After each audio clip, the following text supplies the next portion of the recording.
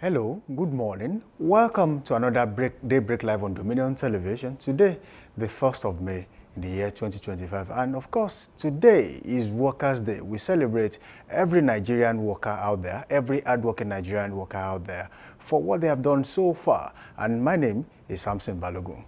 All right, welcome to Daybreak Live. My name is Epi Dickinson, and that's right, Samson is the 1st of May 2025, and today we honor the spirit, resilience, and contributions of Nigerian workers. We say, we see you, we hear you, we're going to be talking about you, and we celebrate you. Well, today, to be honest, today is more than just salutes, more than praise songs, and of course more than parades for Nigerian workers. And today we try to go through their pains, what they have faced during the time past, and of course we will talk about so many other things that has affected an average Nigerian worker in the last few years. And that's talking about the conditions of working. And we can also not overemphasize unpaid salaries, job insecurity, poor working conditions. These are conditions that Nigerian workers have faced in recent times. And you know, something comes to mind, like I would say, let me ask you for one. When you think about the average Nigerian worker, what really comes to mind? Honestly, what I see is pain. Most of the times when I see an average Nigerian worker, whether be it in the public sector, in the private sector, you know, it is a lot easier to be an executive somewhere and you are getting the kind of salary you deserve. And even if you are getting the kind of salary you deserve, you always want more. Exactly. What of an average Nigerian that works with, the public sector and he or she doesn't even get the minimum wage? And then you continue. There's this debate you have always had. You know, they will say you always compare the average Nigerian salary to a bag of rice. And that's the reality out there. You know, you can't just but do it most of the times and realize the fact that as an average family, there's nothing bad in you being able to afford a bag of rice at a go and then put it there. So when you need it, you just go there and pick, right? But then you realize the fact that once you have gotten a bag of rice, it's either you are sourcing for money from somewhere else to augment that, or after buying that bag of rice, that's all you have as an average Nigerian worker. Then what happens to a Nigerian worker? What is the solution to the current situation? Don't forget, yesterday we still mentioned that some states are still not paying the minimum. And there's a rumor out there, there's a news that broke out there that even some states just added 5,000 naira to the old minimum wage. That makes it 35,000 naira. So, and it looks like, oh, we've done something great. Average of the standard minimum wage. And you're not talking about money, Samson. It's not just about money. What about the conditions? I mean, look at nurses working like double shifts with no gloves.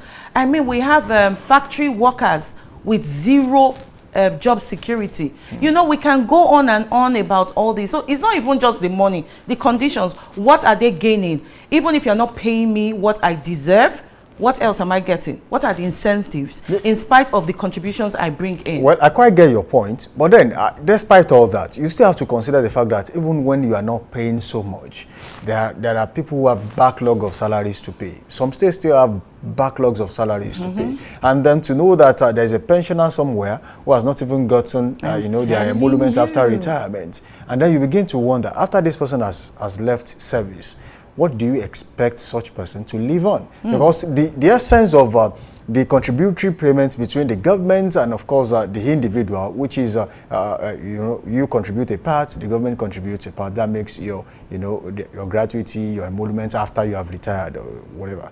But then you realize the fact that the government has decided not to pay in some areas. And then when the election is coming, or they just want to make noise in one way or the other, you see them pushing probably some amount of money out there. And then you realize the fact that there are some people who retired a long time ago and they get an amount as meager as 5,000 naira.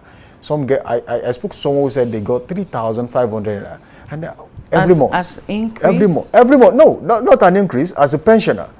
Wow. Yes, as low as 3,500. And then you ask that person, what exactly will you do with 3,500 naira, 5,000 naira? Because even, someone who is still in service who gets 70,000 naira minimum wage, in states where they pay it, still complains about the standard of living in that state. Then you begin to wonder what exactly is wrong with the Nigerian, the public sector, where, employees are not being treated fairly. they are not being treated the way they deserve to be treated. Because if you bring something to the table, you have to get something in return. Exactly. That's the idea. I agree. We tend to glorify things that should not be glorified in Nigeria. Some employers think because they have given you a job, they are doing you a favor, especially when you work with the public sector. They think it's a favor to give you a job. And then you have to, whatever it is that happens, whatever it is they have done, you have to take it that way because, of course, they are doing you a favor. But then, hey, this person comes to work on a daily basis. The stress coming to work, the amount spent coming to work, combine those two, you realize the fact that they deserve everything you are giving to them as benefits. And you know, if you look at the Workers' Day issue, I mean, Workers' Day wasn't just handed over to us. It took years, I mean, decades of labor activism.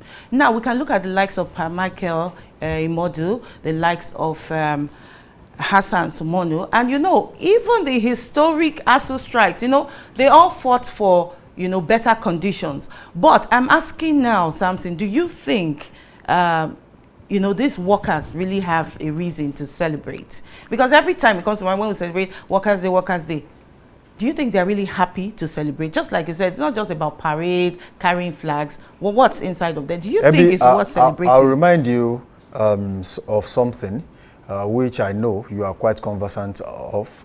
There used to be a time when Workers' Day, you go to stadiums, they will be filled up. You will see Nigerian workers actually there to celebrate Workers' Day. There used to be a time when even an average Nigerian who does not work with the federal government, does not work with the state government, you'll find them in stadiums just to witness, you know, Workers' Day. Go to, at least it is being commemorated today. Go there and see what exactly is happening. How many Nigerian workers will be there to celebrate? Is it about transport fare to get to the location? Or are they really happy to go there? That's the question you asked. Yes. But I can tell you for now, except for those who have actually reached a level in public service, who will say, well, I think I'm getting an average of what I deserve. But then, on the lower cadre, I don't think anyone is happy to be there. I don't think so. But then, there's an history of Workers' Day celebrations in Nigeria, and then what strike action has done to aid the government to, you know, eventually cave in to make sure that Workers' Day is a thing of celebration in Nigeria. When we get to the next segment on the show, we'll discuss about it. Don't forget, the show is still Daybreak Live on Dominion Television, your channel of choice, where inspiration meets entertainment. We've got a lot to unpack this morning. Yes, it's the chit-chat segment. We'll go straight to newspaper review, to news, and then, of course, to traffic reports and to sports. Don't forget you can be a part of the conversation by joining us live on our website at www.dominion.org.ng, at dominion.org.ng. You can also link up with us on all our social media platforms. YouTube, you subscribe to that channel and drop your comment. It is at Dominion Broadcast. And all other social media platforms, Instagram, Facebook, and TikTok, at Dominion Broadcast. And on X, it is at Dominion Cast. We now head straight to our news desk this morning as Sarah One is waiting for Daybreak News. We'll be back after this time out.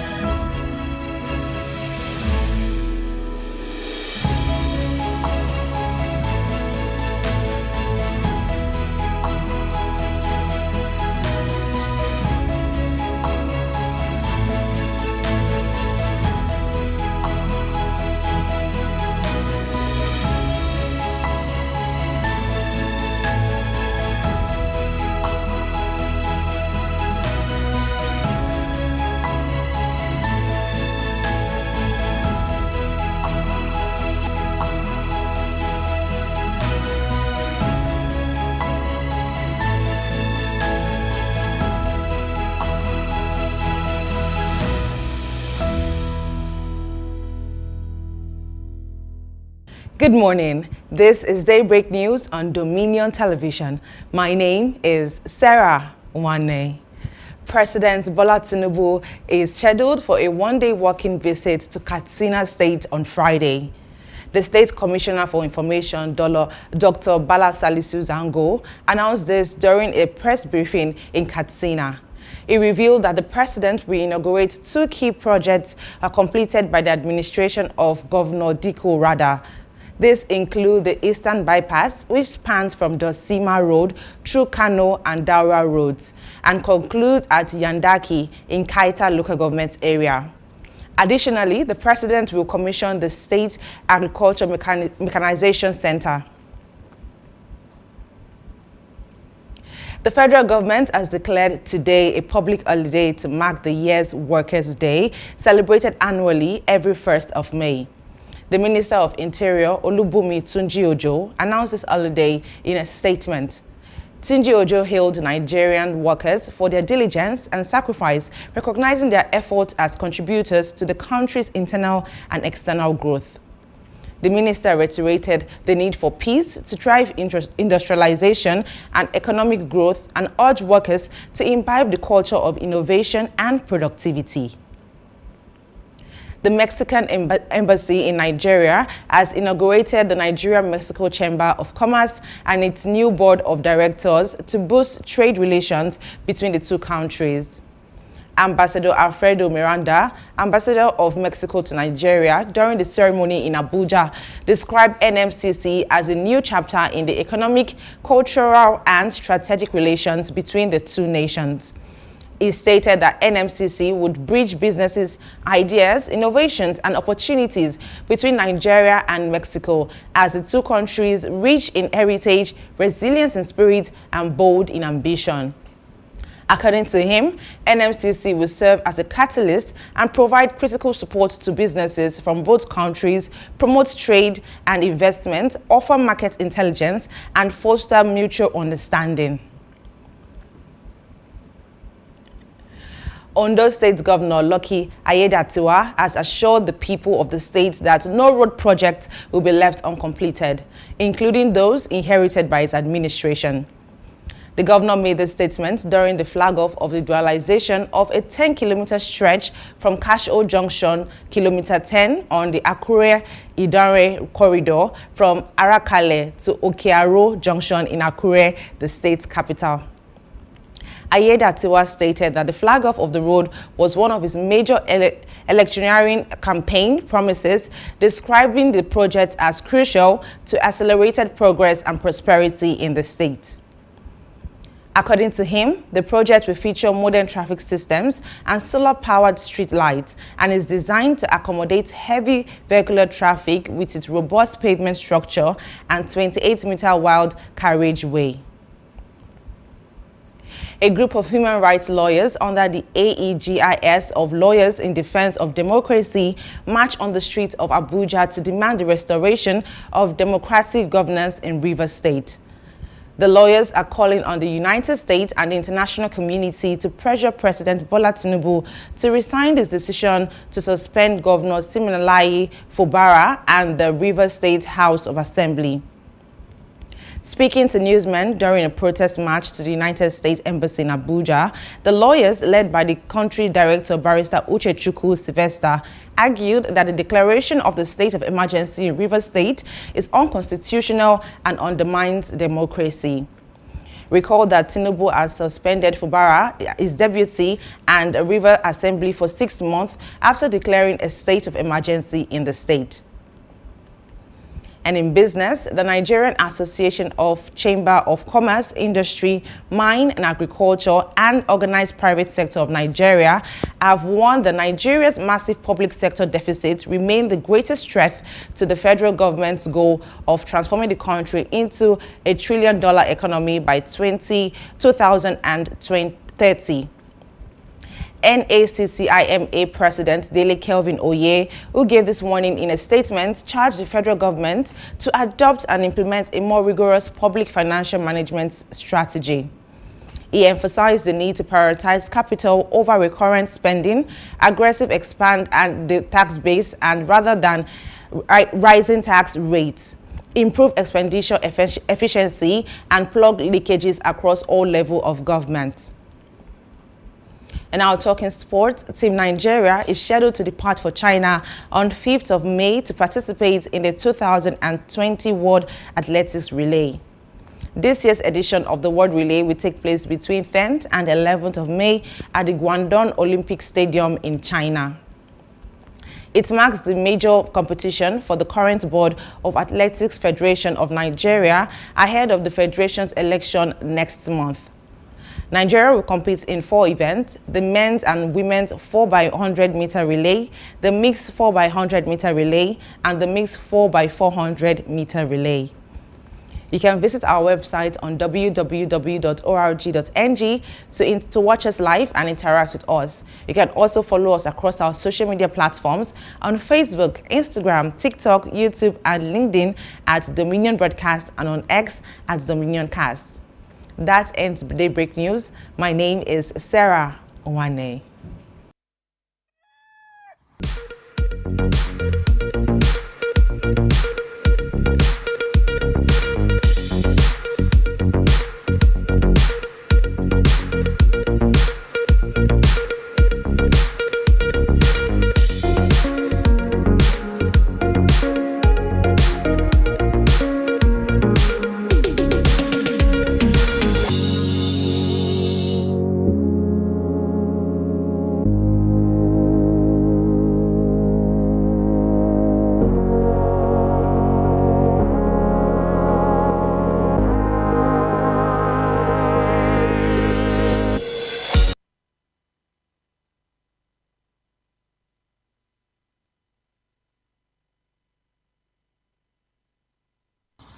All right, welcome back from that Daybreak News break this morning. The show is still Daybreak Live on Dominion Television. And don't forget, you can be a part of the conversation by dropping your comment on the YouTube channel. It is at Dominion Broadcast on YouTube. We now head straight to the next segment on the show this morning, which is the newspaper review segment, where we'll bring you updates and major headlines on the pages of the newspaper this morning. And to do that, we'll be starting with This Day Live. And the major story on this day, this morning, is Heno alludes to imminent defection, says PDP will soon grind to a halt, likens party to a faulty plane unfit to fly. Barrage, time to move on. Defection overflowed. Then you have some other stories on this day newspaper this morning. All right, this says Tinubu, Obasanjo, Jonathan, Atiku, Obi, Dangote, Adesina, and others extol late Adebanjo. You can find this, as they say, continues on page 40 of this day newspaper. All right, May Day, Akpabio, Atiku, ill Nigerian workers say they are engine propelling the nation. You'll find that story on page 43 of this day newspaper this morning. Okay, also on this day, we see the story about Trump tariffs. US GDP shrinks to 0.3% from 2.4% in Q1, down doubles 400 points. And he had some riders there. I don't know if Samson, you could take those riders. Okay, Trump blames Biden for weak economic growth. Also, you have another one. European markets cuts losses, close higher. You'll find that story on this day newspaper this morning. I think we'll move over to the next. To the Guardian newspaper this morning. And then you'll find the major headline on the Guardian newspaper: agitations over cost of living, crisis, workers' welfare on May Day. All right, agitations over cost of living crisis, workers' welfare on May Day. That's on page 6 of the Guardian newspaper this morning. I think that's one of the things we discussed earlier. Do they really have to celebrate? What exactly will an average Nigerian worker say they are celebrating on a day like this? Yes, it's a good thing to say, okay, I've been a worker and then I deserve some happiness on my own. You deserve to be celebrated. If the government cannot create that happiness I want, maybe I should. That's why there used to be a time when an average Nigerian worker doesn't have to stress 8 to 4, 9 to 5, they are done and they go home, they rest. Now an average Nigerian worker leaves 9 to 5 and then after that probably gets a bike to do some runnings around, get some money to feed the family, because You can't just stay on an income in Nigeria anymore. You have to do at least 2-3 jobs to be able to make up. Time, you know, the Workers' Day, workers look forward to it. Yeah, they would want to be a part of. Yeah, they would always anticipate. Oh, when is Workers' Day? That May 1 is always in their head. It used to be in their head, but then this looks like you have to tell an average Nigerian worker. Do you know today's Workers' Day? Like, oh, really? Oh, okay. All right. So from the Guardian newspapers, pandemonium at Port Harcourt refinery as EFCC quizzes acting MD. You can find the story on page 3 of the Guardian newspaper. All right, away from there, you'll be informed. Tinubu approves a 5-year backlog for states. That's on page 3 of the Guardian newspaper this morning. Okay, interesting one on the lower part of the Guardian newspaper here on page 6. It says, Akwa Ibom governor fuels defection speculations, calls PDP spoiled plane on 2027 flight. Fit to fly. Wow. That's at any point it could crash if it attempts to fly. I think that analogy, it's something one has to critically dissect it's really and understand. That will make you understand what you know, members of the political party are feeling right now. We spoke about cracks in the party and a reason for, you know, an active party member to say, look, I'm leaving this party for another party, which the law will not actually frown at. But then when a sitting governor says, look, this is a plane that's about to crash, and then I don't want to be a part of a plane crash unless I have to leave. And that's why you see people fleeing that political party for another party. But then, is it all rosy in these other political parties, or is it because they are in power? And you know, when they say when you join this APC, your sins are forgiven. That's the saying out there. That's the saying out there. Okay, away from there this morning, we'll take another story. Ayedatiwa Inges Development Project on Tinubu's fiscal support for states. You'll find that story on page 7. I think he's more or less, saying that we now get more money from the federal government, and that's as a result of the removal of fuel subsidy. So if the states are getting more money, shouldn't an average Nigerian feel like, okay, Nigeria now has more money, and as an average Nigerian, I should feel the impact of, if you are removing this money from me, then I should be able to get at least a drop. Something should drop. So what's the point of removing the fuel subsidy when it cannot be felt on the streets? Or another alternative to it. But then people have always, glorified the palliative stuff. Me, I don't buy the issue of palliative because how many Nigerians will you distribute a Congo of rice to? How many Nigerians will you give? Is something you're even distributing like every week or every month? That's the point. No, and it's not even getting. Okay, what they distributed back then, for how long did they project to last? Those who got it actually. Those who got it. And then you hear stories of people who actually resell. They get it in bulk, give it to your people, and they resell. You see?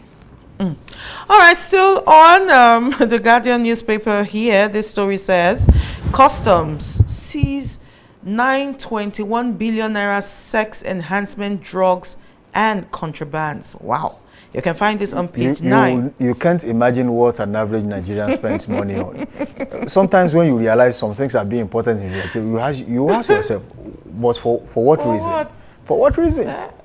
And these things, most of them are not made in Nigeria. They import. Unfortunately, we can't really talk on that, but I would have loved to. What does this enhance anyway? And contraband. That's what I would have really loved to know. And you know, we're fighting Nigerians. And you see, when you say that, you don't know. We are busy talking about hunger in the land. We are talking of sex. Something. Let me speak it in pidgin. Every man with your own problem. Anyway, away from there, this morning we'll take another story. 2 million Nigerian children yet to be immunized, says UNICEF. You'll find that story on page 9 of the Guardian newspaper. Also from the Guardian newspaper, Hassal MFB partners AFOS Foundation Carbon Connect on Boucher initiative, and this is on page 5 of the Guardian newspaper. All right, Tinubu, Obasanjo, and Yaoku, others pay tribute to Ayo Adebanjo at service of songs. That story is on page 7 of the Guardian newspaper. And just before we leave, Afrima 2025, Lagos ready to host Africa, and this is Sanwo-Olu declaring that for Afrima. You can find the story on page 2 of the Guardian newspaper. Well, I guess you will say Lagos is always ready. Ever ready. Ever ready. All right, we go straight to Daily Trust? Daily Trust this morning. And then on Daily Trust, North Central Governors Mall joint security operations.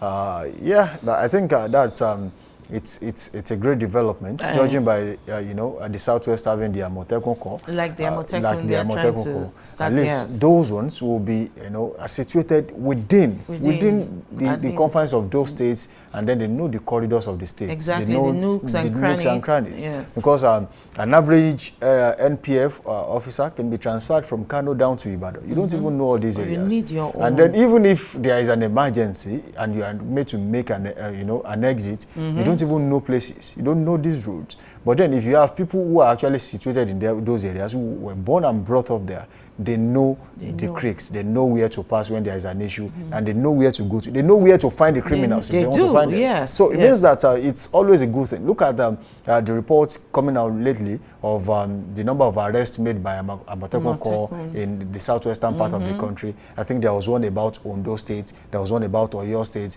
That they made so arrests within so period of time. I think those are things you want to see. If there are criminals somewhere, I don't want to hear that they don't know how to find them. There's always a way. These people have phones. They have phones. They have SIM cards. They have BVNs. They have NINs. So there is always a way to find them. Then there are areas where you know they are volatile. There's always a tendency of crimes being committed in those areas. Why don't we station patrol trucks in those areas?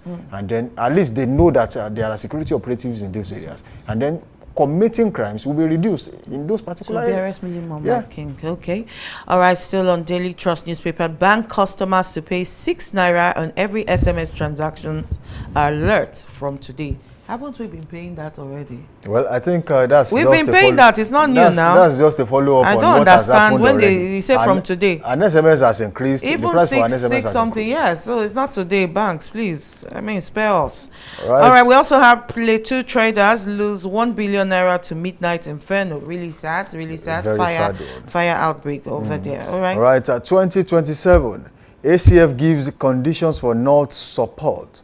You'll find our story on Daily Trust this morning. Also from Daily Trust, May Day, 17,000 minimum wage not enough, says workers.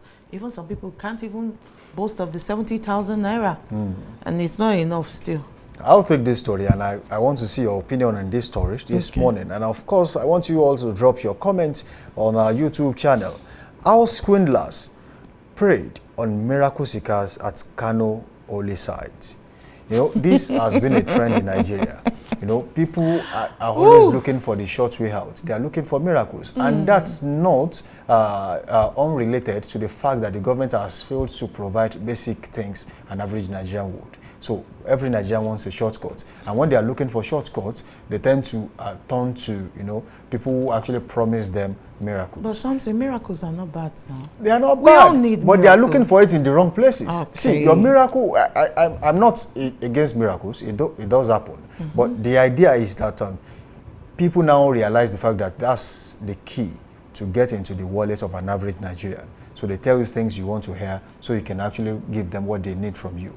It's money. I was listening to a story of a man of God somewhere who someone called and said, okay, you have to drop so amount of money, and in return we fix the solar panel in your church. And the man started sending money via POS.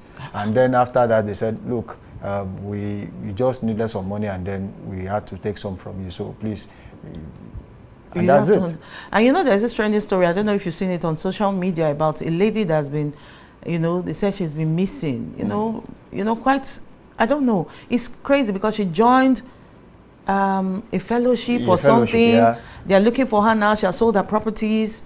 And since she joined this fellowship, she has changed. She's been missing. And then you see other people coming to say the same thing. Even the name of this woman is out there. I don't know how they can't find them. They say it just went off like that. They can't find some people. They can't find the children when you are a part of that particular fellowship.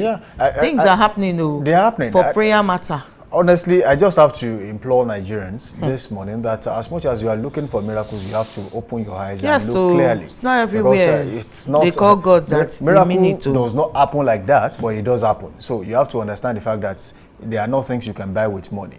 And then, you know, while looking for miracle, you can actually invest the time in actually making things better for yourself. Okay. So away from that this morning, 4 years after, police resume vehicles tinted glass permit issuance. You will find that story on page 14 of Daily Trust this morning. Also on page 25 of Daily Trust, kidnappers chop off victims' hands, Sean ransom. Wow. And that's on page 25 of Daily Trust this morning. We leave Daily Trust this morning and go straight to Daily Independent. And then on Daily Independent, the major headline says that citizens gagged can't express themselves freely. NLC laments. Is this truly the situation in Nigeria?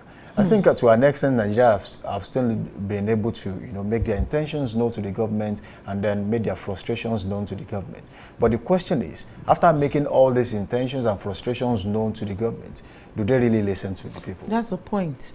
And we've already, do they, even when you say gag, I would sort of agree, because I think maybe we just don't come up with what to say, the right things to say, and we beat around the bush. And well, we're going to be talking this after, because even the NLC, who is supposed to be doing the job, I don't say exactly. The Nigerian I don't say what the NLC. A lot of people have even lost hope or interest in the NLC. Okay, all right. Rivers State lawyers protest in Abuja seek Fubara's reinstatement. This is on page 7 of Daily Independent. Right. Also on page 7 of Daily Independent this morning, CAN urges national reconciliation calls for mutual trust. That story is on page 7 of the Daily Independent. Also from the Daily Independent, on the top right-hand corner, enough of social science graduates. We need problem solvers, says Minister. You know, someone used to say something that any institution you get to and they give you a course to study and they tell you you can work anywhere, don't take it. Don't take it, because that's the scam they give to you to make you study a course, and eventually you might not be able to find a job within the confines of what you studied. Means that goes down the drain, and then you begin to look for a job just like, I just have certificate, I bet, just give me work.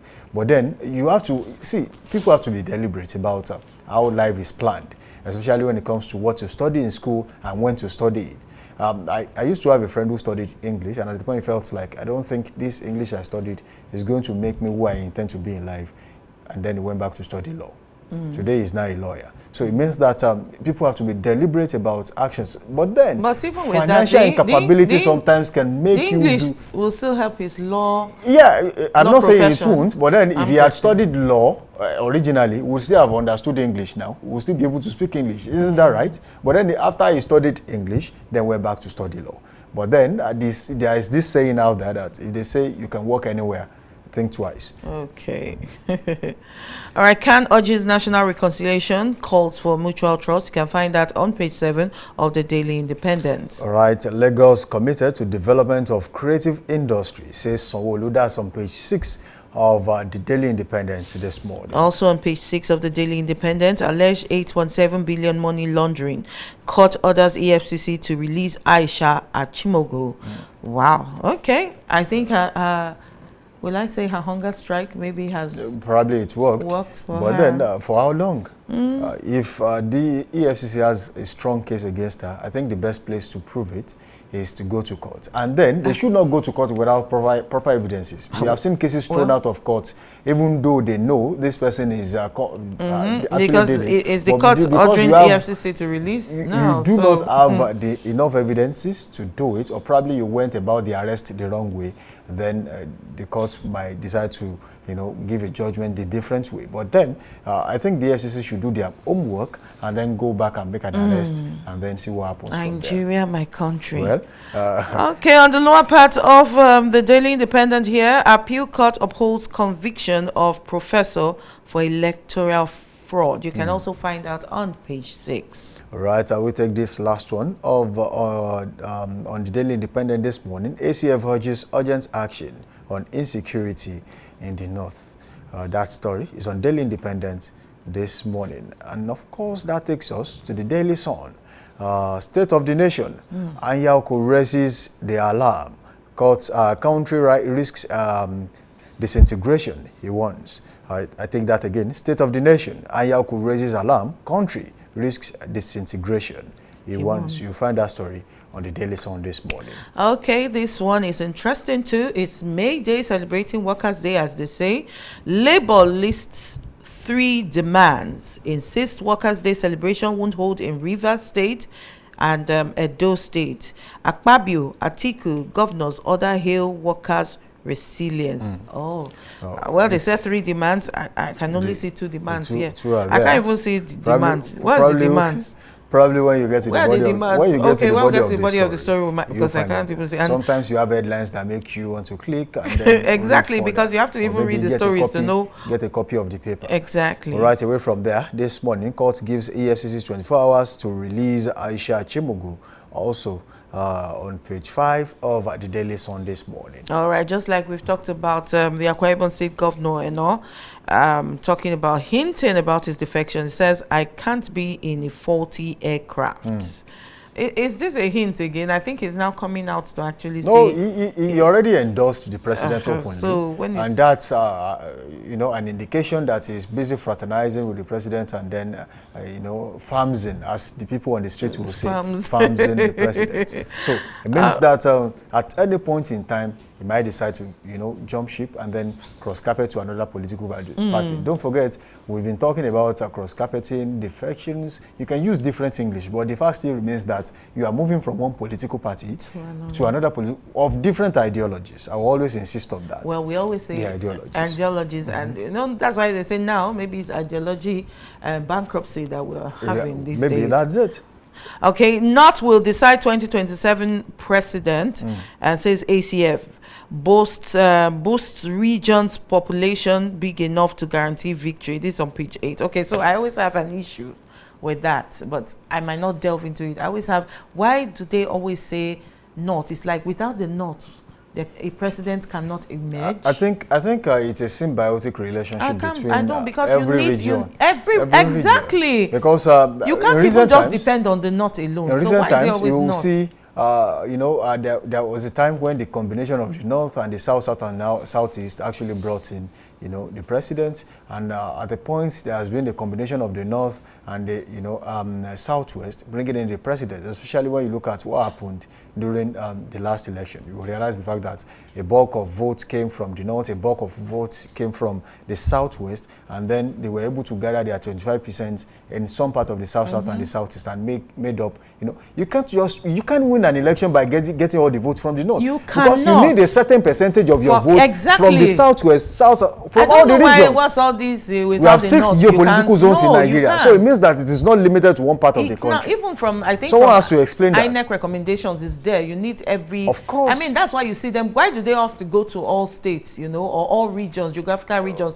To campaign. Exactly. If you know you have the North in your pocket, why do you come to the Southwest to campaign? If you know you have the Southeast in your pocket, why do you go to the North to campaign? So it means that you need, see, you are not, you cannot, even if you emerge, you will not be the president over the North, you will be the president in Nigeria. So meaning that you still need the Nigerian people.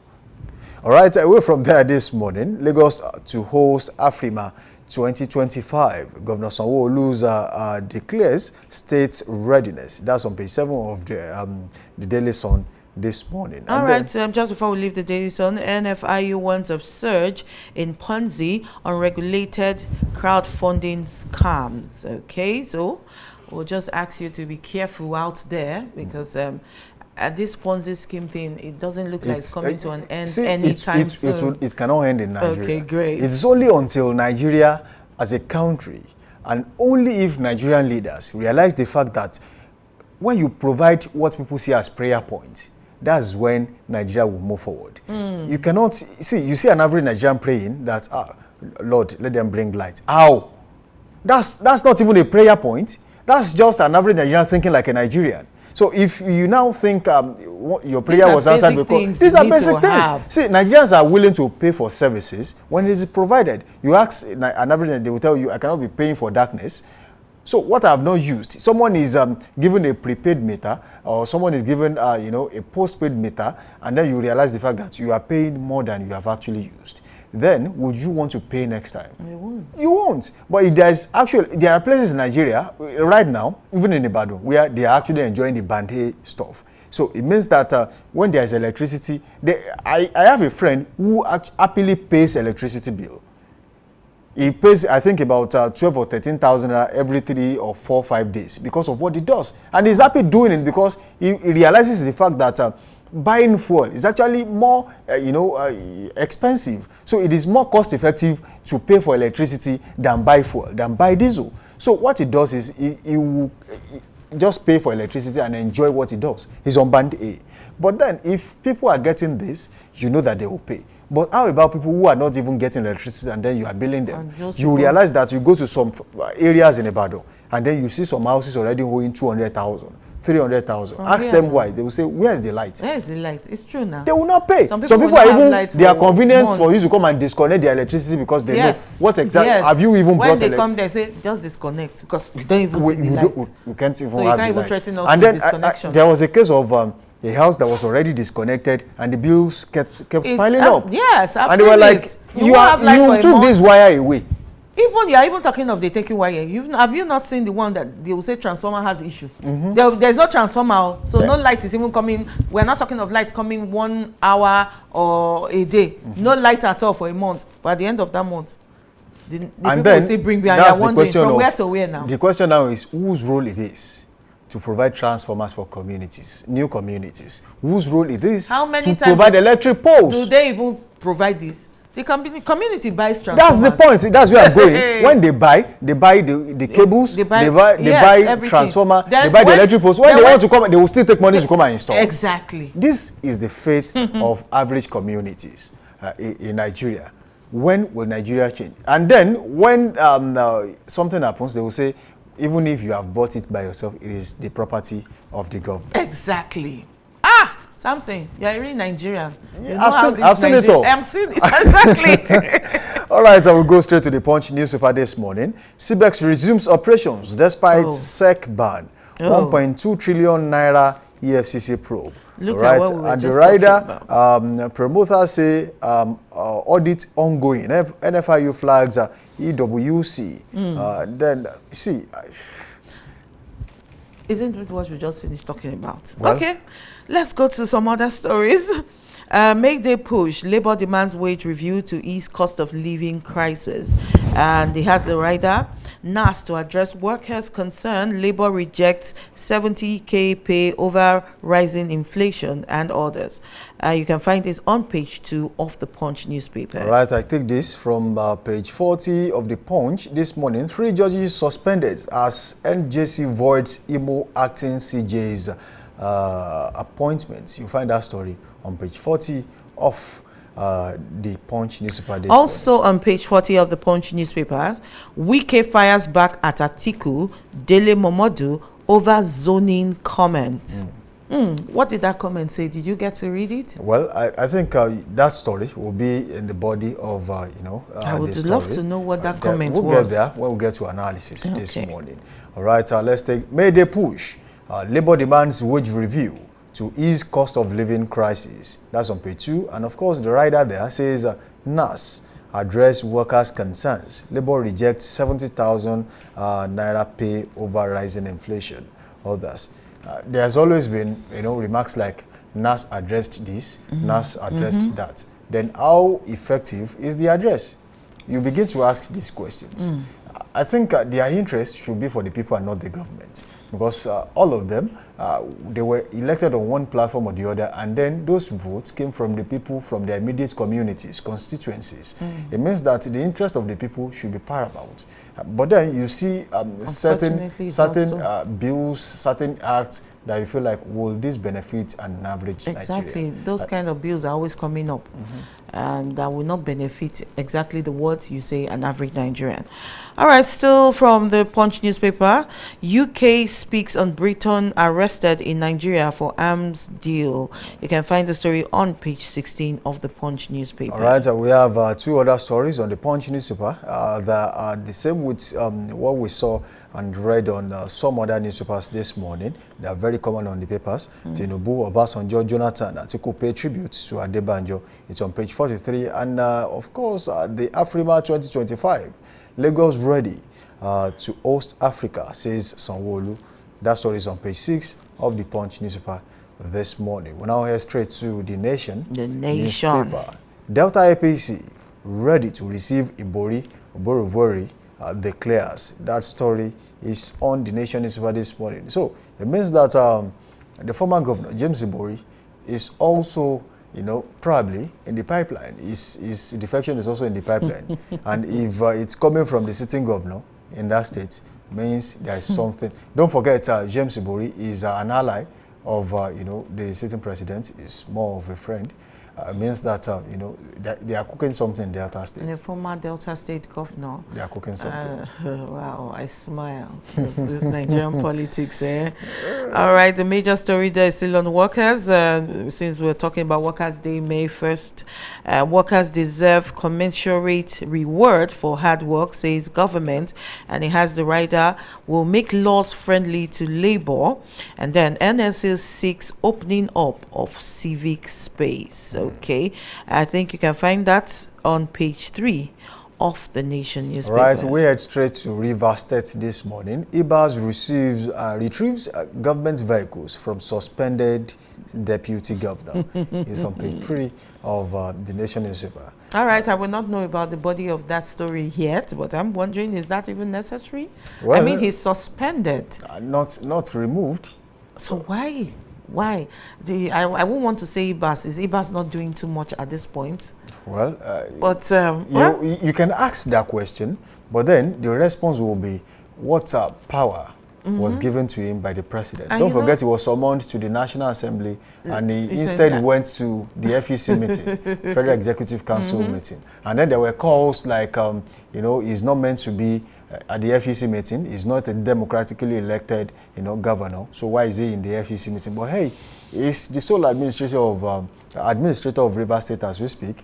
And of course, you can liken him to the governor in the state. Okay. Meaning that he has the right to do certain things. To an extent, when we discuss this on the surface, we don't know what the law actually says about it, because I don't think this situation has actually happened before. So there has to be precedence before you can say this is what the law will say about it.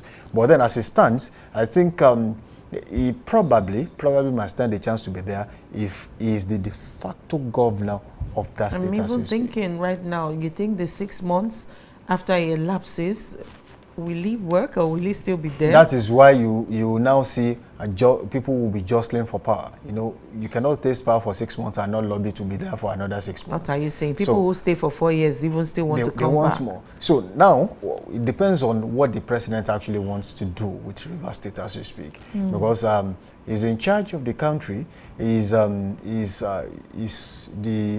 Baba at the top. So meaning that what happens in every state now has a lot to do with the president. So if anything goes wrong in Rivers State, he will be held responsible and accountable for what happens in Rivers. Don't forget there are people who have actually been saying he has no moral ground to just declare state of emergency without first of all going through the National Assembly. But then eventually the National Assembly also consented to it.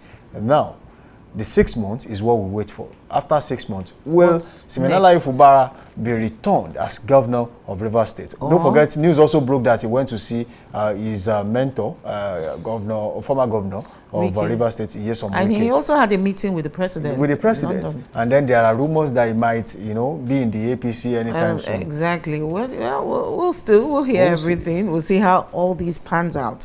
All right, bank charges on SMS alerts go up by 50%.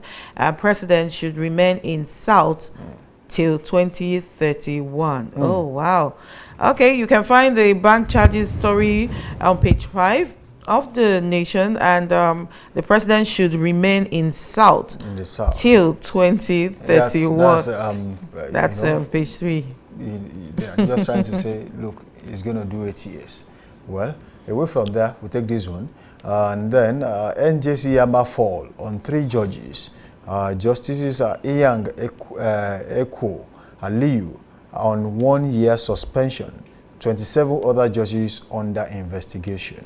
I think we have always clamored for accountability on the part of the judicial arm of government. That, look, yes, you actually pass the laws. I mean, you give judgment. So if you give judgment, someone should be able to hold you responsible for whatever it is you do. If it is wrong, someone should call you to order.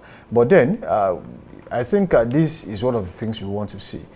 When you know that if a judge actually does something wrong, there's a body that says, look, this is not the right way to do it. You are going to be suspended, or this will happen, or that will happen. So if we see this, then people will have renewed faith in the judicial arm of government. Renewed faith. Okay. All right, I think we'll go to the Nigerian Tribune now. The major story there says, top Nigerian leaders set to host National Political Summit. You could take the writers there, please. Right, issues relating to constitutional democracy to be discussed. Anyaoku to inaugurate Awolowo, Dosumo, Tambuwa, Daniel, Fayemi, others as convening committee members today. And Magban, MBF disagree over visits to U.S. ambassador. You'll find those stories on the Nigerian Tribune this morning. Also from the Nigerian Tribune, Akwa Ibom governor speaks in parables, suggests he may be leaving PDP. I don't think this is a parable anymore. He openly endorsed the president, and then he's been fraternizing. That's what I'm saying. You know, I said it before. I said maybe he has not come out fully. He's endorsing, but maybe he hasn't come out to say, before I have left or I'm leaving. Before you make an announcement, you have to put your house in order. And you must know that every member of your cabinet are living with you. Because if you leave as a governor and you still have some members of your political party, especially in the House of Assembly in your state, who still say they are not living with you, means that at the top they will realize the fact that you do not have your house in order. And then it will be difficult for you to negotiate, because they know that you have internal issues to solve rather than facing the general problem. So I'm going to be following you if I'm going to be following you against my will. No, it's not. If I don't want to defect with you. That's not the idea. You see, before a defection is made, there is a compromise reached within the political party, within the confines of people who actually want to leave the party. For example, I am being contacted to say, Party Samson Balogun of Party A wants you and your people in so political party. I'm going to have an in-house meeting. Tell them exactly why we have to move and what comes with it. If they buy the idea, you have to have sweet mouth to do this. I love that. So what comes with it? Yes, what comes with it? What is the? Why are we moving? Because that's the question they will ask you. Why are we leaving this political party? Oh, we are leaving because of so reason, and then these are the juicy things that comes with this. And then nobody wants to be left behind. So when you realize the fact that majority of your co-party members are in the ship, I don't think there is a reason for you to stay back, because you ask your first question is, we are going to a ruling political party, meaning there are more juicy appointments to come. They might call you tomorrow and say there is a slot for so thing. You are going to put your cronies there. That's how these things work. So it means if you put your friends there. If you can't beat them, that's what Nigerian politics is about. All right, CBEX is still in the news. EFCC declares foreigner wanted. You can find the story on page 23. Also, as usual, on page 4, court orders EFCC to release Achimogo. And also, we have story about Afrima, Lagos ready to host Africa. Sanwo-Olu declares. It's on page 15. And then you see the ACF says not too strategic to be ignored on page 28. Well, I think it's a topic that is being overemphasized. I'm telling you. We all know that every region has an important role to play in an election in Nigeria.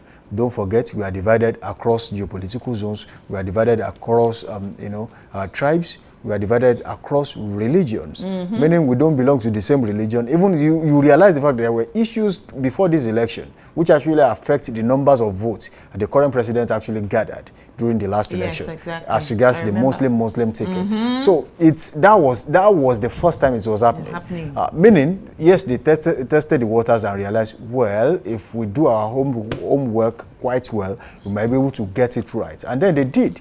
But then I don't think anyone would want to try that again in Nigeria. because you have to carry everyone along. But it has worked. It has worked. I mean, it worked. It has worked. I'm sure it can work again. That does not mean it will work for someone else.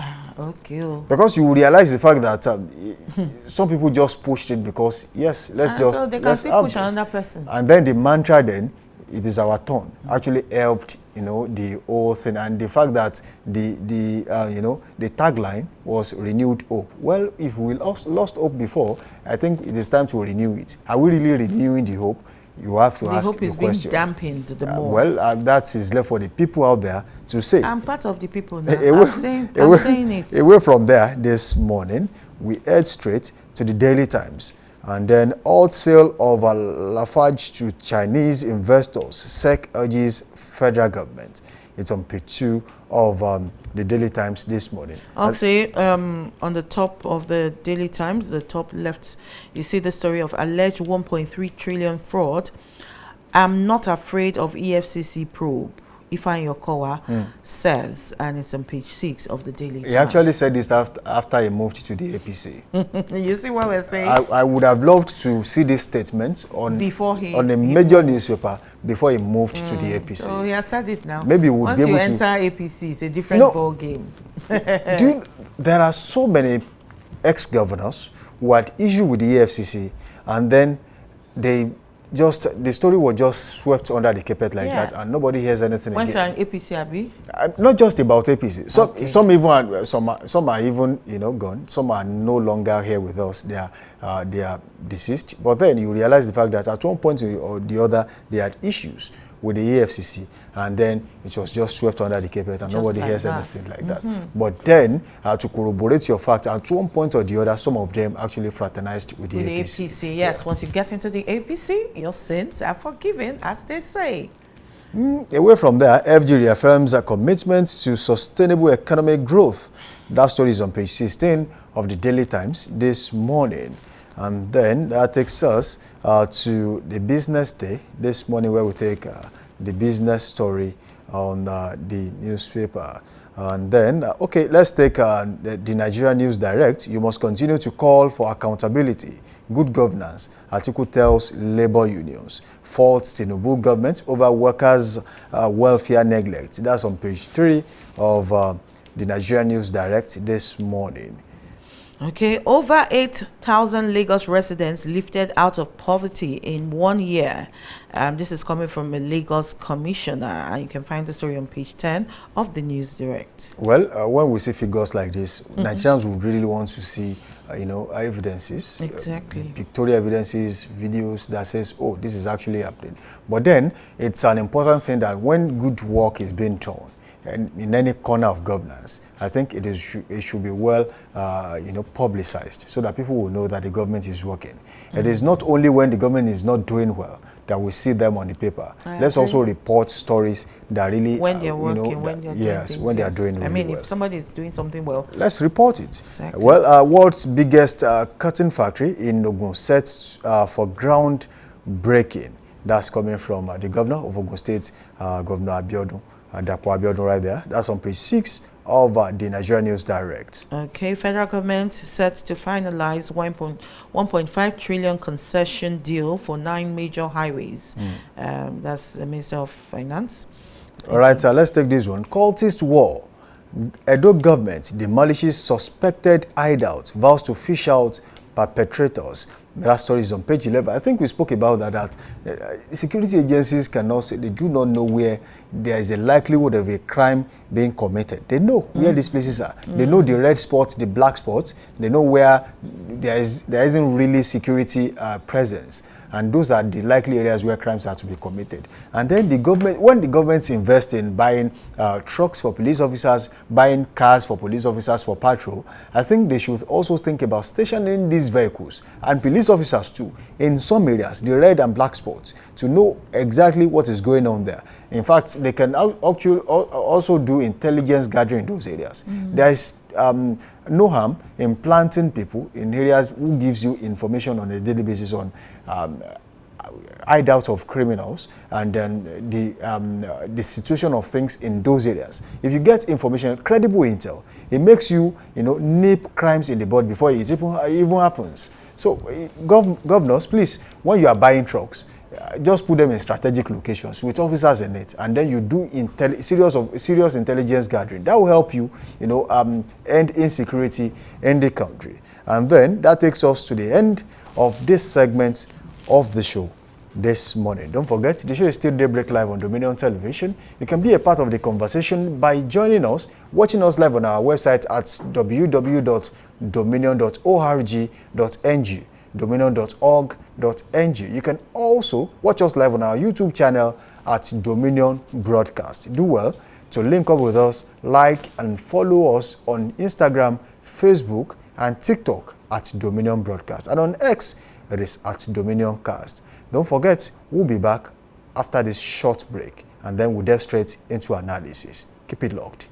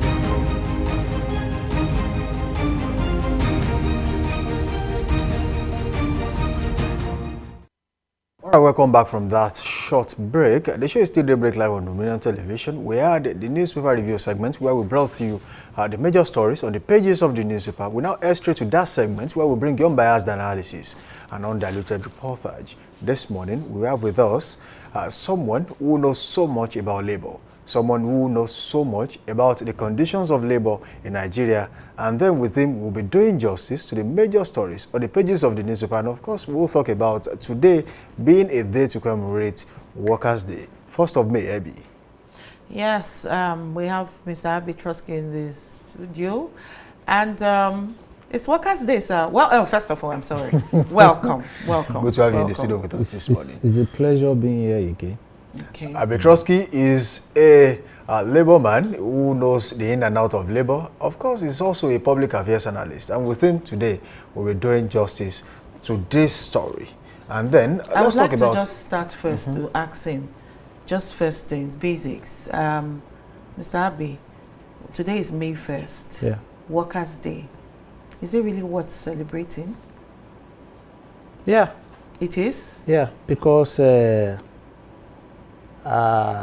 day like this was a product of struggle of workers internationally. Okay. And no matter what is the situation, it's a day that must always be remembered, that must always be commemorated by workers all over the world. And what is it meant for?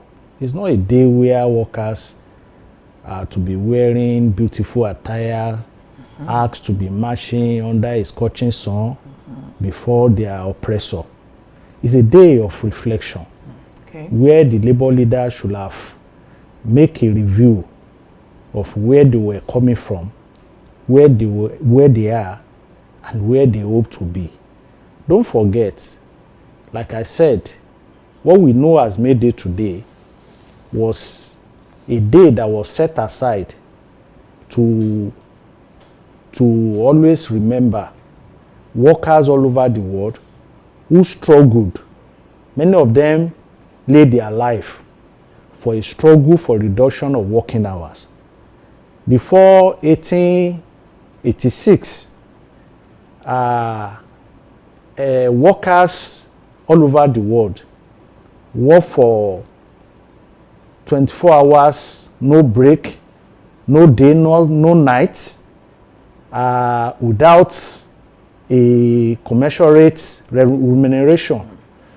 But workers stood up, no, we are not machine, that we cannot continue this. And that was why they fought that no, the working hour must not go beyond 8 hours. So that workers go to work and leave after the matter of work for 8 hours today was not given, was fought for. And many of them who were involved in that struggle died. It was a serious battle. They were killed by the state. And it was after the death that they now said, well, we can't just forget those who laid their life for us to be enjoying reduction in the working hour. So we have to be setting a day aside to remember them. And that was how this day was given birth to. So a day like this is a day that workers all over the world should have always been used to make an appraisal of their working condition. Has it gotten better? What is to be done? What can we do to make it better? I think, to me, that should be what a day like this is meant for. And why I said it's worth celebrating is because when you look at the Nigerian workers today, can we say anything is better? It is a day that Nigerian workers need most, to reflect their past, their present condition, with a view to come up with a concrete agreement as to what is to be done to ensure that the working conditions and the living condition of Nigerian worker is significantly improved upon. All right, let's now go to what this day is about, as you have explained. Talking about the government's influence on labor, there has been a thing. There has been industrial actions in Nigeria, which is a tool that the labor actually uses to bring the government to the table. And there's an history of industrial actions in Nigeria. If we go as far back as the colonial era, in the year 1945, there was a general strike, one of the earliest and the most significant strike actions in Nigeria, led by labor leader Michael Imodu. Over 200,000 workers protested for increased wages due to the inflation during World War II. It lasted for 45 days and marked the beginning of organized labor struggle in Nigeria. Now, let's go to the post-independence era. In the year 1964, triggered by the federal government's refusal to implement an agreed minimum wage and better conditions for workers, the strike was nationwide and affected key sectors. The military rule period of 1966 to 1999. In 1978, Ali Must Go students protest, though not a labor strike. It was a significant student protest against increased fees, marking students' involvement in national struggles. At the 1981 NLC strike, the Nigerian Labour Congress, NLC, organized a major strike over the government's refusal to honor wage agreements. It highlighted the power of unified labor movement.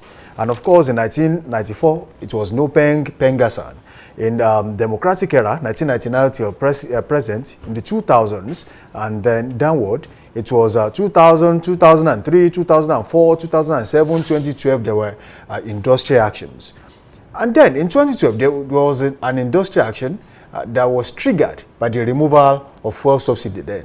And then it was eventually, talked about, and then it became reduced. They reduced, the removal of fuel subsidy one way or the other, and then people were still able to go back to their separate works, and then it continued. We have also had ASU strike. There has been the judicial workers, the JOSUN, also going on strike. Now, let's talk about industrial actions, the labor, the government. This is a tool being used by the labor, but how effective is this tool to bring the government to the table? Has it always been fruitful? And if it hasn't been fruitful in one way or the other, is it the wish of the people that they eventually got after the industrial action?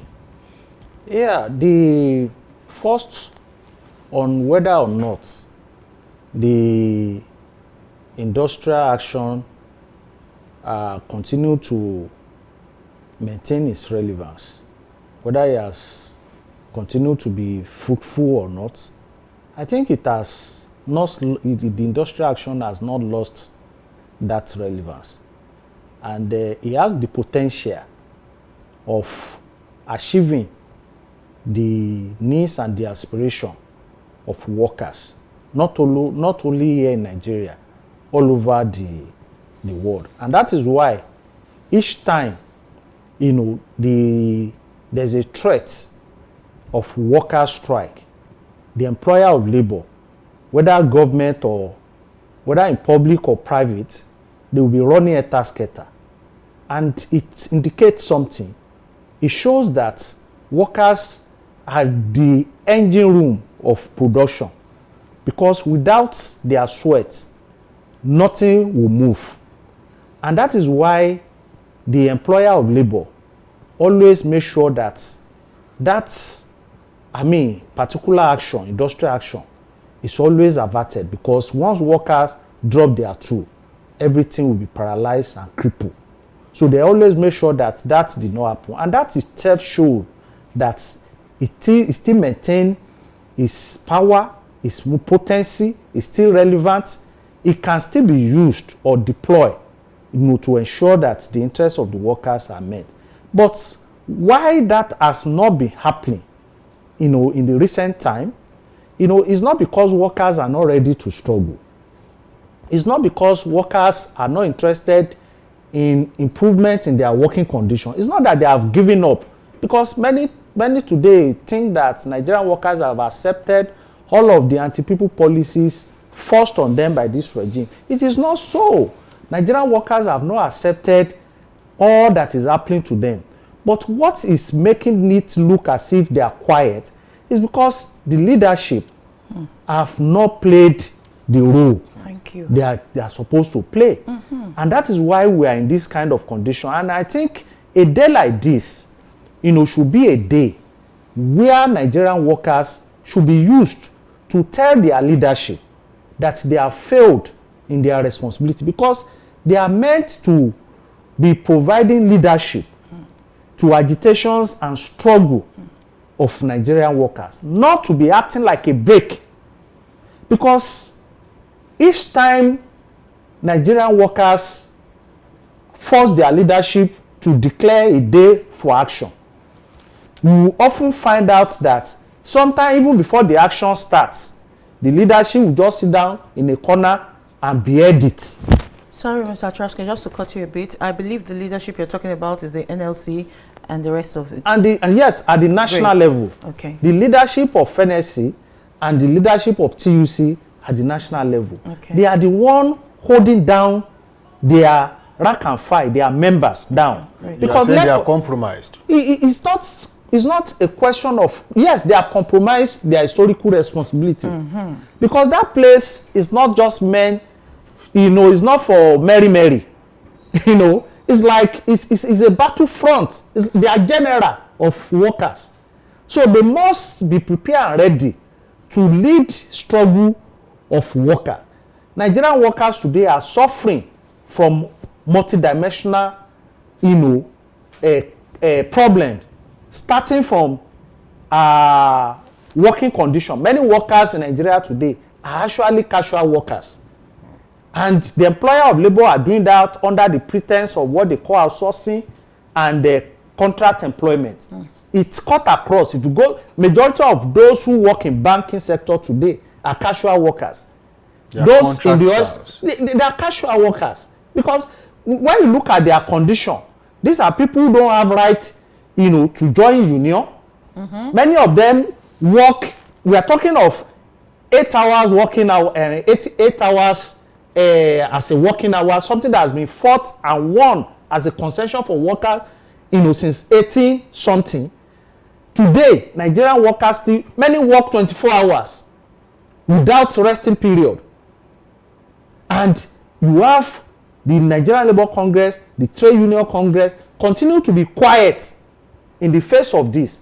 When you move away from that, Nigerian workers are facing a terrible hardship at this time, occasioned by the decision of the federal government to increase the price of, you know, pump price under the pretense of subsidy removal.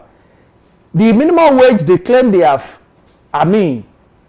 approved, aside the fact that more than 21 states, as we speak, has not even commenced implementation. That minimum wage itself, as we speak, does not even have value up to what used to be the value of 30,000 minimum wage when it was implemented in 2019. Take for instance, in 2019, when a minimum wage of 30,000 naira was implemented, it can comfortably buy, 100 loaf of bread. That was in 2019. That's 30,000 naira.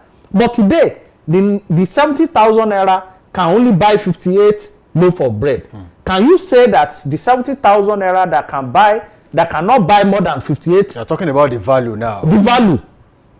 And despite what I will say a reduction of value, many states, over 20 states have not even made commitments. Abitroski, very quickly, we have to go, but I will ask you one question, and in 1 minute we'll talk about it. We have had several labor leaders in Nigeria. Pa Michael Imudu was one, Azan Adebayo Osumonu was one, Ali Shiroma was one, Pascal was also one, Adams Oshiomole, Abdulwahid Omar, Ayuba Waba, Joe Ajaero. Now, these are past leaders of the labor. To what extent do you think they have had an influence on the labor? And to what extent do you think they have brought succor to the people, to labor in Nigeria? In just 1 minute.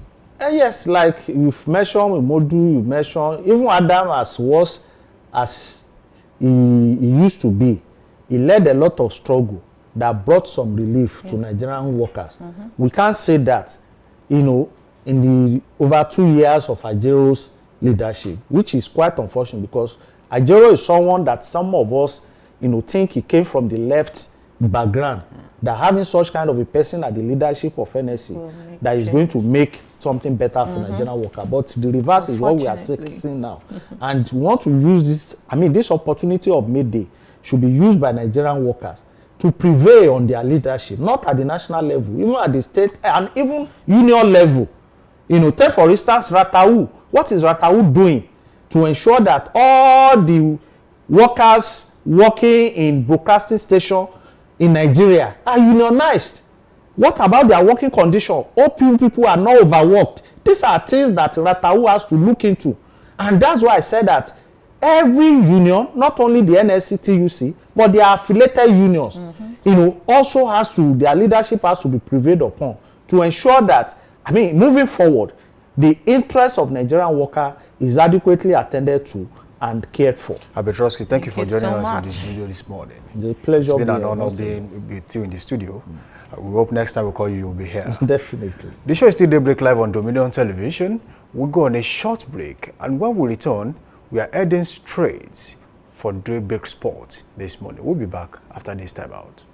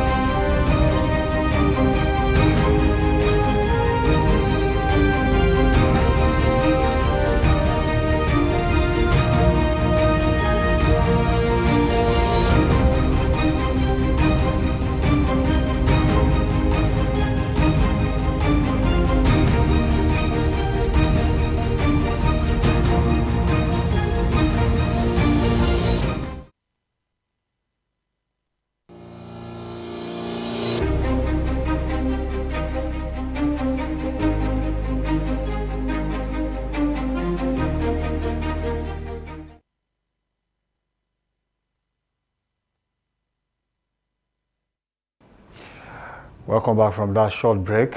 This show is still Daybreak Live on Dominion Television. Don't forget, you can watch us live on our website at dominion.org.ng, at dominion.org.ng. You can also watch us live on our YouTube channel at Dominion Broadcast. And then you can also link up with us on all other social media platforms, Instagram, Facebook, and TikTok at Dominion Broadcast, and on X at Dominion Cast. As we said earlier, we have a lot to unpack this morning. We are straight to the sports segment as they're waiting for us on the sport desk this morning. You, Samson. Good morning to you, Boluwaji. Good to have you in the studio. But absolutely, good morning to you. And it's a lovely, lovely Thursday morning. And happy Workers' Day to you. Yeah, happy Workers' Day to you too. The UEFA Champions League was one big battle yesterday, talking about the match between Barcelona and, of course, it was 3-all between Inter Milan. Back-to-back goals. Fantastic goals from Marcus Thuram right there, the opening goal. I think that's a contender for the Puskás. But absolutely, it was a fantastic game at Camp Nou yesterday. Inter Milan shocked the world with that particular beautiful display. And of course, Lamine Yamal once again proved to be one of the hottest youngsters in world football, becoming the youngest player to score in the semifinals of the Champions League. On that note, you're welcome to Sport on Daybreak Live this morning. My name is Boluwaji Oguma. Let's kickstart from the home front this morning, where the 6 teams that will compete in the Super 6 in the Nigerian Women Football League emerged yesterday following Niger Rattles' draw over there in their match against Bayelsa United, and they picked up the only tickets left in the Super 6. Well, let's take a look at the results of matches played. Match day 14, and that's the last in the regular season of the Nigerian Women Football League. Niger Rattles played out a goalless draw against Bayelsa United, and that goalless draw was just enough to hand them the ticket to the Super 6, holding later this month in Ikene, Ogun State. Well, FC Robo Queens and Delta Queens did do battle, and of course, FC Robo Queens won 2-1. Edo Queens defeated Conference Queens 2-0. Ekiti Queens were 1-0 better than Abia Angels. Heartland FC defeated Nasarawa Amazons 2-1. Lemon Stars ladies were unplayable. 5-0 they won against Dana's ladies. Rivers Angels were 4-2 better than Benue Queens, while Adama Queens 3-1 they defeated Ibom Angels. Now let's take a look at the 4 teams, the 6 teams rather, confirmed 6 teams that will be playing in the season-ending Super 6, where the eventual champion of the Nigerian Women Football League will emerge. Let's take a look at them one after the other. Edo Queens from Edo State, the defending champions of the league, they are into the Super 6. Nasarawa Amazons from Lafia, Remo Stars ladies from Ikene, of course they will be playing at home anyways.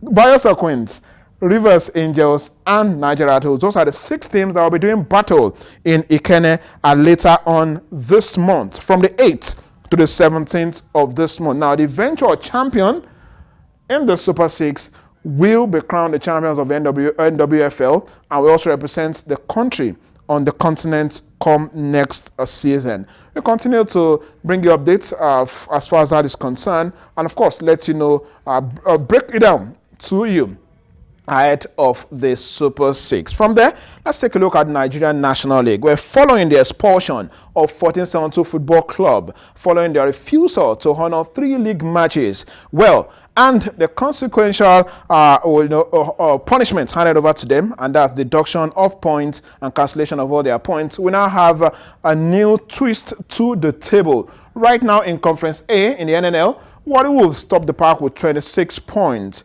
Followed by Crown FC with 23 points, Smart FC with 22 points, and of course Beyond Limits. Don't forget, the top 2 teams in each conference will book a place to the season-ending playoff. And there you have it. 1472 has been withdrawn from the league, having failed to honor 3 matches as stipulated by the rules and regulations of the Nigerian National League. Similarly, all points accrued and lost to the 1472 FC have been cancelled, and that's why we have this. Now let's take a look at the fixtures for this coming weekend.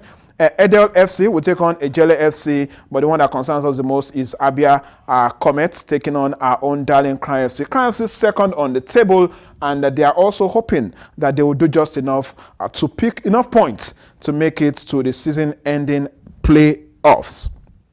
Well, from that point, let's leave the local scene and let's head straight to the continent. Let's head straight to Egypt, where the Under-20 AFCON is actually taking place at this moment. And yesterday, a lot happened as far as that is concerned. The South Africans were on fire yesterday. They defeated debutant Tanzania by a lone goal. But then, let's talk about what happened between host nation Egypt and their Sierra Leonean counterpart yesterday. Sierra Leone embarrassed host nation Egypt 4-1 yesterday at the ongoing Under-20 African Cup of Nations. Don't forget that the Egyptians defeated the South Africans by a single goal in their first game, but the second game wasn't a good one for the Egyptians. 4-1 they lost to Sierra Leone. Then I'm sure they will go back and say and ask questions from themselves, what really happened to us?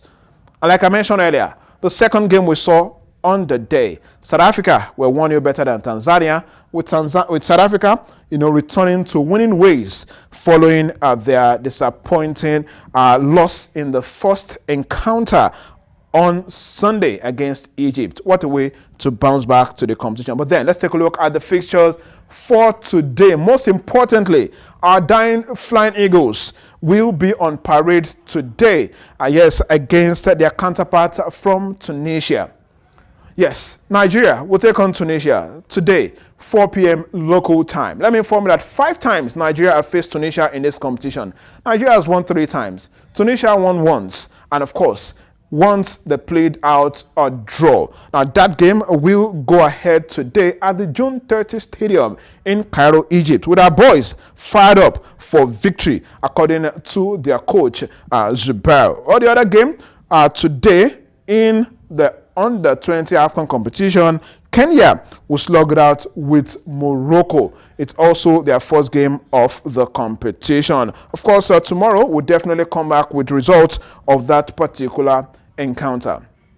Away from the world of football, let's cross to the world of tennis. Yes, tennis this lovely morning, where semi-finalists at the Madrid Open have emerged in the female category, with Iga Swiatek taking on Coco Gauff, and Arina Sabalenka, of course, also in action as well against Vitolina. That's the semi-final pairing for the Madrid Open, following their respective quarterfinal games, yesterday. Yesterday, the quarterfinal games, Madison Keys lost to Iga Swiatek 6-love, 3-6, 2-6. And of course, Sabalenka defeated Kostyuk and knocked her out. Then we have the pairing already. Let's take a look at the male category. They are in the quarterfinal now in the male category, and there you have on your screen the pairings for the quarterfinal with Francisco taking on Jakub Mensik. Kasper Ruud will take on Medvedev. We have Matteo taking on Jack Draper, and of course Diallo taking on Musetti. There you have the pairings for the quarterfinal, and those quarterfinal games will also be played today in Madrid. While away from the world of tennis, let's talk football, where Barcelona were held to a 3-0 draw by Inter Milan yesterday in the first leg of their semi-final fixtures in this year's UEFA Champions League. Inter Milan, of course, went ahead in the first half through Thuram, that's Marcus Thuram, the son of the legendary Lilian Thuram, and of course Dumfries with the second goal for them. But then Barcelona had other plans in the, later on in the game. Lamine Yamal with a goal, of course, Ferran Torres before, Inter Milan, of course, again did it through Dumfries, and then Soma with own goal to make it 3-3. Well, the return leg comes up next week, Tuesday. Yes, in Italy, where we would indeed have the first finalists of this year's Champions League will emerge. Well, from there, let's cross to tonight's game in Europe. Tonight's game in Europe, there you have on your screen, Europa League fixtures for tonight. We would have Bodo Glimt be the guest of Tottenham Hotspur today, and Athletic Bilbao will also take on Manchester United tonight. In the Conference League, the third tier of European football, Games will also be played tonight. Betis will take on Fiorentina. Jogoden will take on Chelsea Football Club. All right, finally, coming from female football this morning, where Chelsea have won the Women's Super League for the 6th year in a row. The Blues only needed a point from their match against Manchester United. Of course, they eventually won that one by a single goal yesterday. Fantastic one from the Blue Girls, and of course, I wish them all the very, very best. Well, they've been knocked out of the Champions League as far as female football is concerned, but then they have this league to celebrate and of course continue to dominate. At Sport this morning on Daybreak Live on Dominion Television. Bolo, good to have you in the studio this morning. When will Chelsea take a break from the WSL? Looks like they have won 8 out of the last 9. Yes, and 6 consecutively. They've dominated that one big time. But one thing their fans are asking is, they won the Champions League, right? They won the Champions League, but the way they were knocked out of the Champions League this season was devastating. 8-2 against Barcelona. Well, I think when Mahrez left, they thought it was going to be, and then Sonia Bonpastor has taken off from where Mahrez actually stopped. Looks like it's a never-ending set of victories for Chelsea. Absolutely. I mean, you can say that again because they parade some of the best players as far as world football is concerned in female football. I must tell you, I think the only team that can beat them in Europe as far as quality is concerned is FC Barcelona that knocked them out of the Champions League. But then, like I mentioned earlier, Chelsea fans, fans of the female football anyways, want more from the team. Beyond Champions League. Yes, beyond dominating the league. Let's do something with the Champions League. We deserve it, right? That's what the question they're asking this morning. Also, I think some English teams still have a lot to play for, in Europe. So this season, Manchester United still in it, Tottenham Hotspur still in it. In the Conference League, there's still Chelsea. And all hope is not lost for Arsenal in the UEFA Champions League. They will turn things around when they play at the Parc des Princes. But then, which of these teams do you think is a favorite to at least come back to England with a trophy by the end of the season?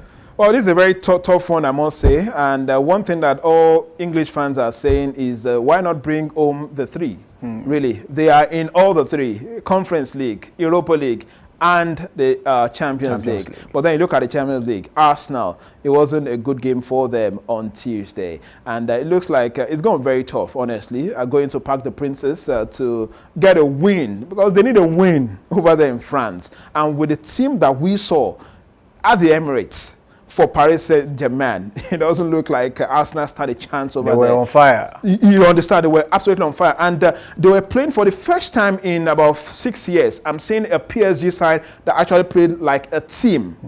And not a team dominated by some egos or superstars. For the first time ever, we saw them attacking together and defending together. And that's what you want in a team. And that was what we saw at the Emirates Stadium. And the fast pace at which they play is actually incredible. So for the Champions, for the Champions League, I'm sure English fans will say, okay, maybe we lost that. But then Manchester United, they are in Europa League, and their coach said something yesterday during the conference. He said that winning the Europa League won't even put the team back in the right place. And the team is as bad as it's been so far this season.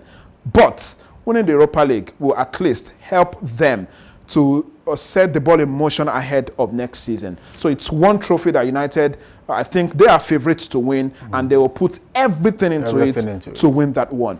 Talking about the Conference League, who dares? Chelsea have only lost once in the Conference League this season. I mean, they're condemned to win this one. So why shouldn't they bring it home? And winning that will make it like a fantastic trio for them. They won the Champions League before, the Europa League before, and they might just crowd it with the Conference League. All right, thank you, Bolu, for joining us in the studio this morning. Thank you very much. It's been a nice time. Good to have you. Thank you. All right, the show is still Daybreak Live on Dominion Television, your channel of choice. You now head straight to the streets of Ibadan to check what traffic report is with our reporters out there.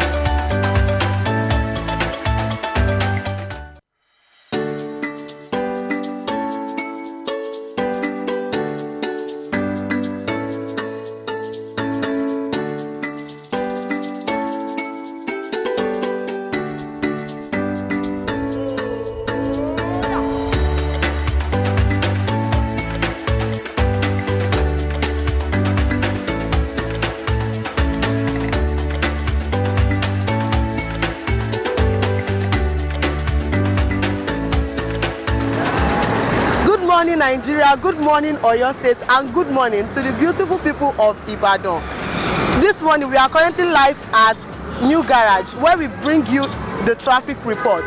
And this morning there is no sign of traffic at all around here at New Garage. Everything is going smoothly and freely. And if you are following this side to your destination, this is a very good route for you to take this morning, because everything is going smoothly and freely. And that is going to be it this morning on Traffic Report. And I am Eniola Salvador, reporting for Dominion Television.